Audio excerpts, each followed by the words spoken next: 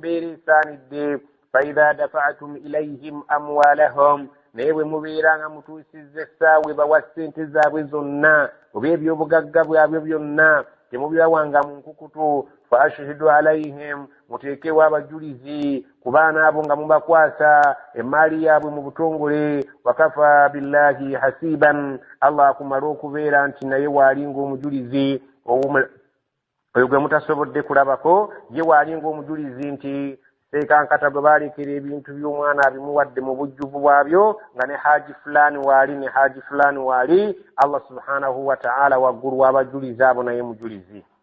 للرجال نصيب مما ترك الوالدان والأقربون وللنساء نصيب مما ترك الوالدان والأقربون مما قل منه أو كثر نصيبا مفروضا.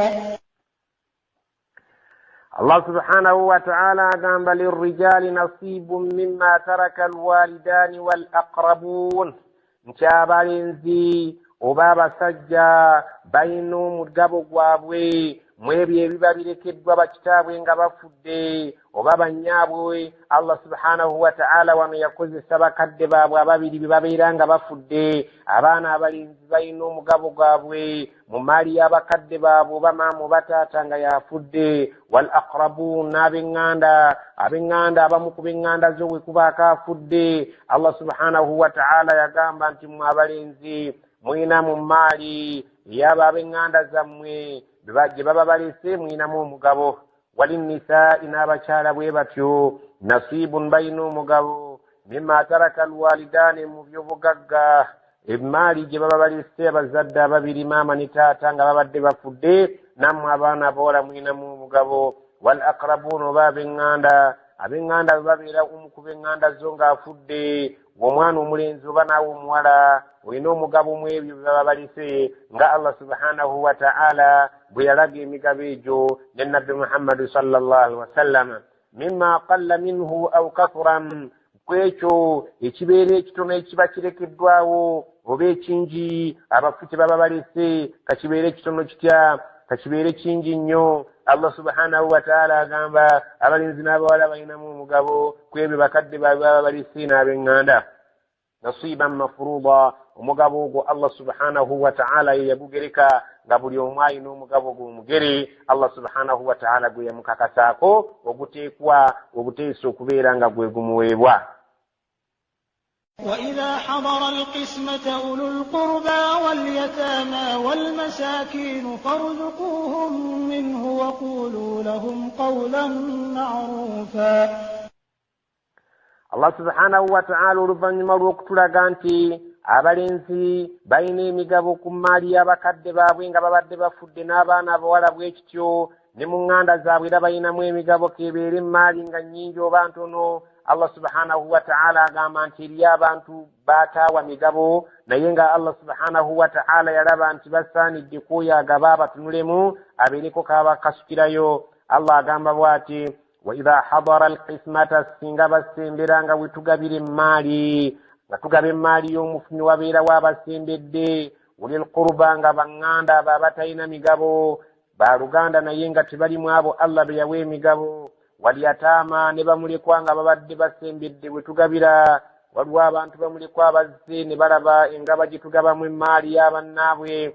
Walmasaakin n'abanaku nabo nga bwe bali gwagaba bakugambye nti abantu abo singa basembera nga wogabira farzuquhum minhu mubeereeko ke mubawaayiko mu maali eno ebeegabwa. Waqulu lahum qawlan ma'rufa, mubagambe ebigambo ebirungi ebitabanyiiza.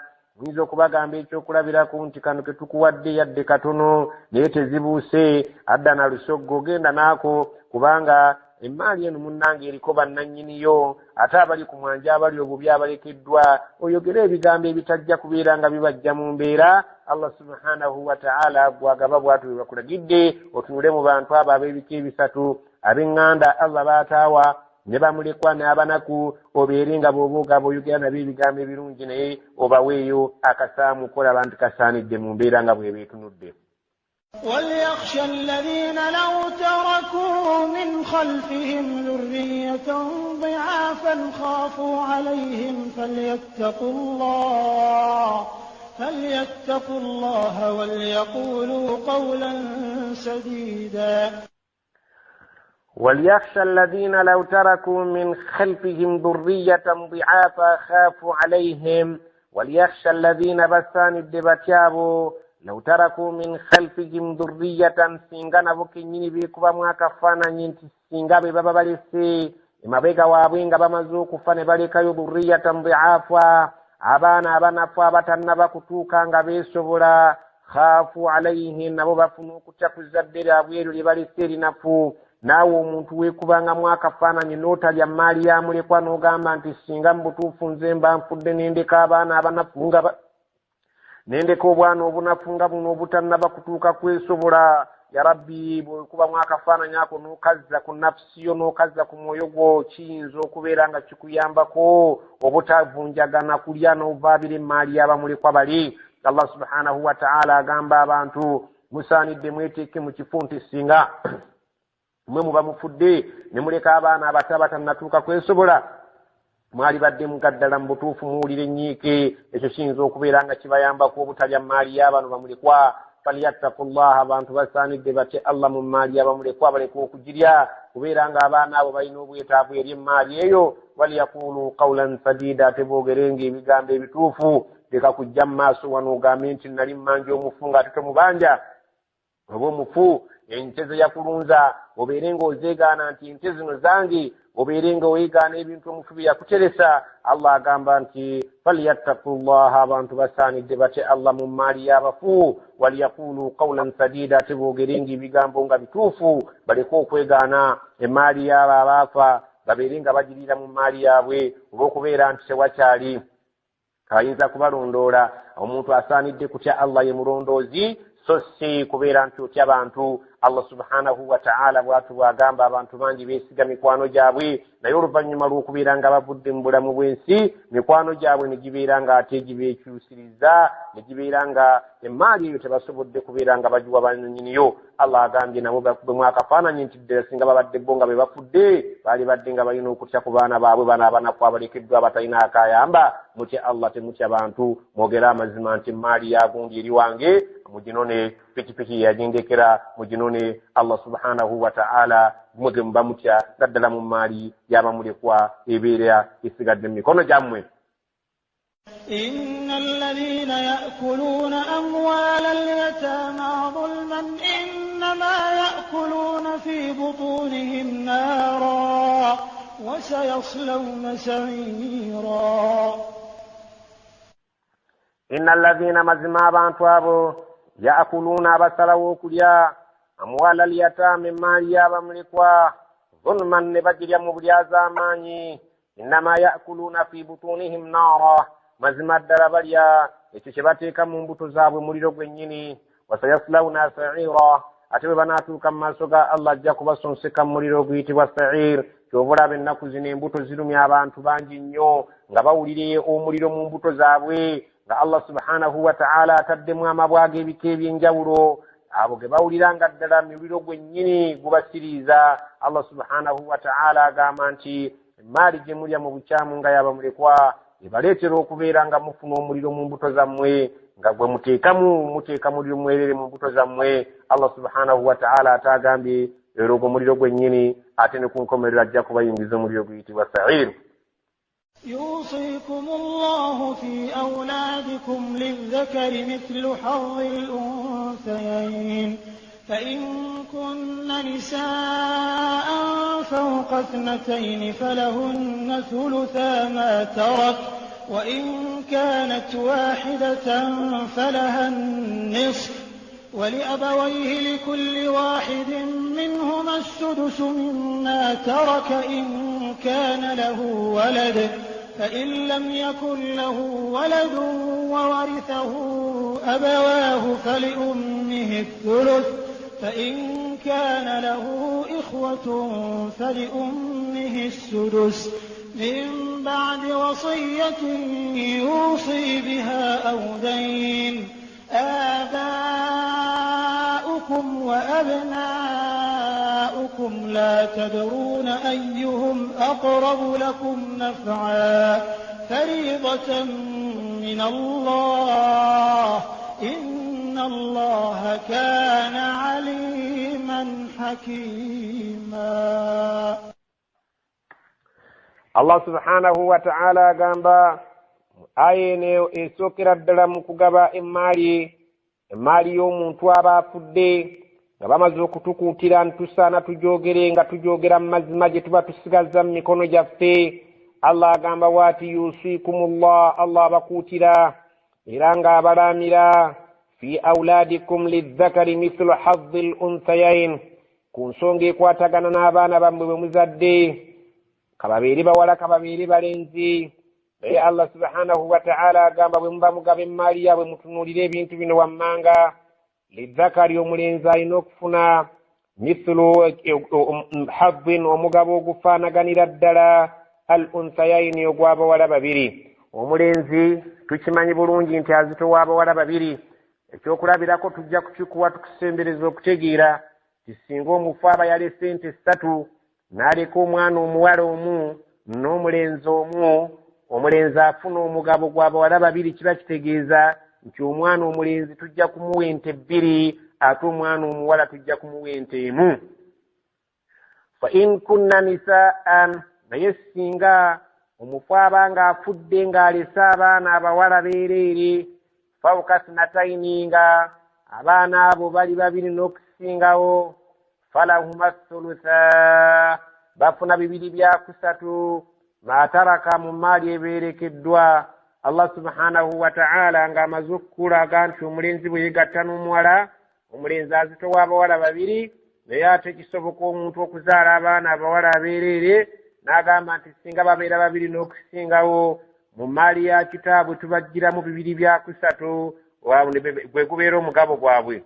Tujja kuwa ekyokulabirako nti singa abaalese miliyoni nga ziri 3, emmaali ye bwe tugigasse ng'ezitowa miliyoni 3, nga kyokulabirako abawala bonna tubagatta mu miliyoni 2, bye 2/3 by'emmaali ya kitaabwe ey'emiliyoni 3, ate giri emigabo emirala negigenda mu b'eŋŋanda abalala, gamba nga maama waabwe, gamba nga maama oba ng'omufwalese omukyala n'ebintu ebirala ebifaananako ng'ebyo. Allah subhanahu wa ta'ala bw'ate bw'atutegeeza. Wa in kanat wahidatan, singa omuwala abeera omu, Allah subhanahu wa ta'ala agenze ku mugabo omulala. Twasoose okulaba omugabo ng'omwana omulenzi alina omuwala, ne bakutegeeza nti omulenzi afuna omugabo gw'abawala babiri. Netukugenda n'aganaga nti eriyazaala abawala abeereere, singa babeera babiri n'okusingawo bafuna 2/3 mu maali y'oyo aba afudde mukadde waabwe. Wa in kanat wahidatan, singa ate omusajja yazaala omwana omuwala ng'ali omu, falaha nisfu, omwana oyo omuwala ajja kutwala haafu ku maali ey'omufu. Allah subhanahu wa ta'ala okwo kwe kulamula kwe. Awo tulabyewo Allah subhanahu wa ta'ala ng'atuwa ekifaananyi ky'abantu 3. Ekifaananyi ekisooka, omwana omulenzi ng'ali ne mwannyina omuwala, omulenzi azitowa abawala babiri, kyetugambye nti ku miliyoni 3 singa bwe bubadde obugagga bw'oyo afudde, ajja kubeera ng'omulenzi atwalako 2, omuwala atwala 1. Ate singa babeera abawala beereere, ku miliyoni 3 abawala singa basukka ku 2 n'okugenda mu maaso, bafuna 2/3 ku miliyoni ezo 3, emiliyoni 2 ze bagabana bonna mu nnamba yaabwe gye babeeramu, ate ne miliyoni ebeesigaddewo n'egenda mu balina emigabo abalala. Allah n'atulaga nti singa omuntu aba afudde n'aleka akaana akawala nga kali kamu, Allah subhanahu wa ta'ala agamba nti akaana akawala kasikira emmaali eyo nga tokagiramu haafu yokka gye katwalako, ate haafu ebeesigaddewo n'egenda mu bantu abalala. Allah subhanahu wa ta'ala bwatu yatematema emaali eri wakati w'abaana n'abaana eri bakadde baabwe omukubo abaafudde nga bwe yagambye nti omuwala n'omulenzi bonna balina omugabo ku maali y'abakadde baabwe omu ku bakadde baabwe abaafudde ebyentematema Allah subhanahu wa ta'ala gye yagamba. Naye singa abeera mwana mulenzi yekka nga yasigaddewo, Allah subhanahu wa ta'ala nga omusajja omufu afudde oba omukyala afudde nga yazaala akaana ke kalenzi kamu, akoko tekalina mugabo mugere, kabeera nga Allah subhanahu wa ta'ala yakawa omugabo ogwo oguba gusigaddewo oluvannyuma lw'ab'emigabo okujjako emigabo gyabwe. Allah subhanahu wa ta'ala nga amaze okunnyonnyola abaana yagenda ku sayidi y'abazadde, kubanga omufu asobola okufa n'aleka abazadde be. Allah subhanahu wa ta'ala agamba wali abawaihi, bakadde b'omufu, likulli wahidin, buli omu kuba alina okufuna minhuma ku babiri maama ne taata, asudusu mumuwanga kimu kya mukaaga, mimma taraka ku ebyo ebiba birekeddwa, in kaana lahu waladun, singa omufu aba yazaala omwana. Singa omufu afudde mutabani wo nga yazaala omwana, gwe maama oba taata w'omufu ojja kufuna kimu kya mukaaga mu maali ya mutabani wo wa muwala wo oyo aba afudde.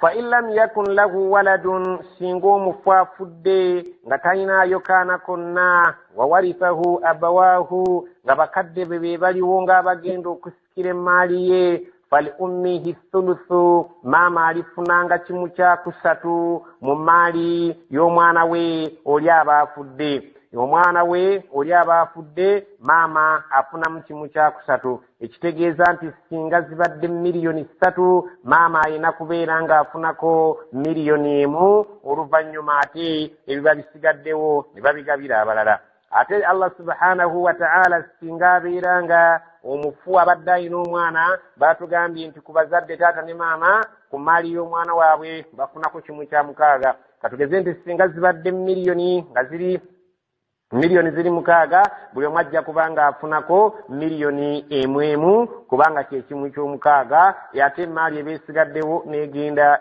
mu kiti eky'abantu abalala. Fa in kaana lahu ikhwatun, singa abeera ng'afudde alina abooluganda, fali ummihi, maama ajja kufuna sudusu kimu kya mukaaga.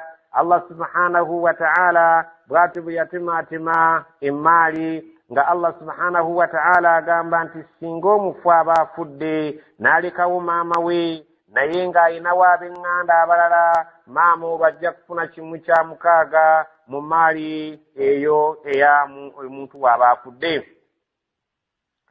Naye emaali eyo egabwa ddi? Min ba'di wasiyatin, nga tumaze okutuukiriza ebiraamu by'omufu, kubanga omufu asobola okubeera ng'alina gwe yalaamira n'agamba nti ekyokulabirako bwe mba nga nfudde, ente yange ey'egindi mugiwanga essomero ly'egindi, oba mugiwanga omuwalimu wange gundi, oba mugiwanga mukwano gwange gundi, naye nga bajjukira nti omutasaanidde kulaamira aba kuteeka mu kiraamu kye ng'agaba omugabo ng'agugabira oyo Allah subhanahu wa ta'ala ate bwe yamala okugabira.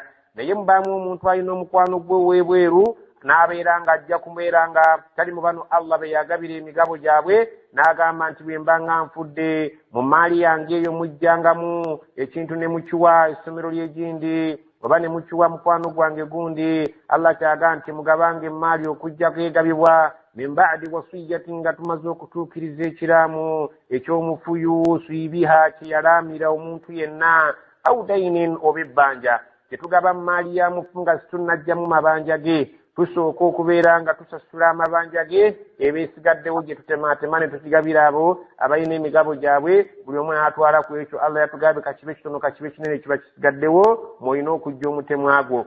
Allah subhanahu wa ta'ala atukuutira nnyo okutuukiriza ebiraamu by'abantu, naye ate omuntu tulina okukijjukira nti singa abeera alaama talina kubeera nga mu maali yasukka ekimu kyokusatu, ebyo byalaamira birina kubeera nga bigwa wansi wa kimu kyakusatu. Singa kibeera nga kituuse ekimu kyokusatu, ekiraamu ekyo tukinyigiriza ne kiddayo ne kibeera nga kigwa mu kimu kyokusatu tekirina kusukka kimu kya kusatu ky'abaalamidde abantu. Ekyokulabirako singa abeera alina miliyoni 3 ekiraamo kye ne kibeera nga kigamba nti miliyoni zino 2 miliyoni 2 muziwanga essomero ly'egindi eba esigaddewo emu gye mugabananga abaasussizza, kuba kimu kya kusatu eteekwa kuba miliyoni 1, ateekwa obutasukka miliyoni 1 ng'alaamira ab'ebweru, kubanga n'okuleka abasika abo nga bali bulungi nakyo kya mu busiraamu.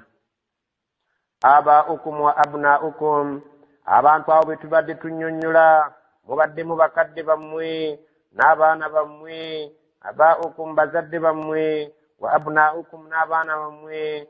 La tadruuna mu abantu temumanyi ayyuhum aqrabu lakum naf'an, ani ayina omugaso ogw'okumpi gye muli, ani abagasa ennyo okusinga omulala. Fariidatan min Allah, Allah emigabo egyo yagiraalika nga yagitaddewo nga tteeka erina okubeera nga lyerikola.